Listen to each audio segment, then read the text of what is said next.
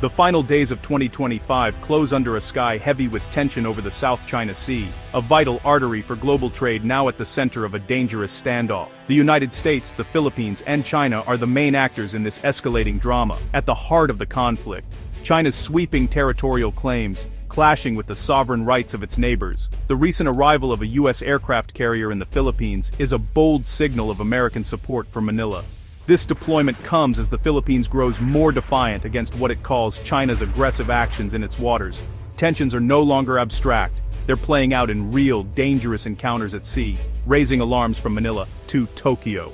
This video will break down the U.S. carrier's deployment, China's response, the risky incidents at sea, and how these events are forging a stronger security alliance in the region. The stakes, the future of peace and stability, in one of the world's most important regions. In November 2025, the USS Nimitz and its strike group arrived in the Philippines, just 130 miles from the contested Second Thomas Shoal. This was no routine visit. The carrier's presence was a clear show of American resolve. Soon after, the US, Philippines, and Japan launched their first ever coordinated naval and air patrols in the West Philippine Sea. These joint patrols directly responded to aggressive Chinese actions against Philippine ships. For Manila, the American carrier and joint patrols were a morale boost and a practical deterrent.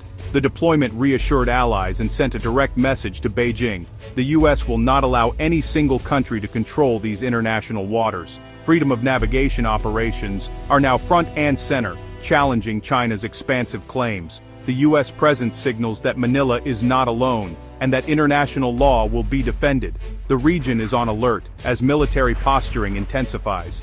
China's response was swift and fierce, condemning the joint patrols as deliberate provocations. Beijing accused the Philippines of colluding with foreign powers and vowed to defend its claimed sovereignty. China backed its words with action. The Liaoning Carrier Group conducted a 6-day patrol near Japan's southwestern islands, showcasing its growing military reach. Chinese fighter jets launched hundreds of sorties, sending a pointed message to both Japan and Taiwan. These maneuvers are part of a broader strategy. China is making its military presence a constant in the Pacific. The US, Philippines, and Japan frame their patrols as upholding international law, while China calls them acts of aggression. Beijing's narrative blames the US for militarizing the region, but many neighbors see China's own actions, building islands, deploying missiles, harassing ships, as the real threat. The clash of narratives is fueling a dangerous cycle of escalation. The region is now a chessboard of military moves and counter-moves. Tensions have erupted into real danger at sea, with incidents escalating from standoffs to collisions. In October 2025, Chinese Coast Guard and militia vessels collided with Philippine ships on a resupply mission at Second Thomas Shoal. The Philippines called it a dangerous, illegal maneuver.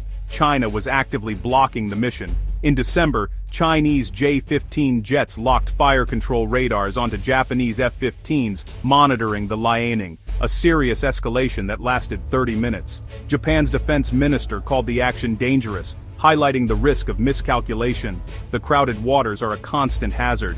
A U.S. fighter jet and helicopter crashed during routine operations, underscoring the dangers of military maneuvers in tense environments. These incidents are seen as part of China's gray zone tactics, aggressive moves designed to intimidate without crossing into open war. The goal: pressure neighbors to abandon their claims and activities. For sailors and pilots, every day brings the risk of a misstep that could spark a wider conflict. The world is watching, hoping these close calls don't become catastrophe. At the core of the U.S.-Philippine response is the 1951 Mutual Defense Treaty. For years, it was unclear if the treaty covered the South China Sea, but now, the U.S. has made it explicit.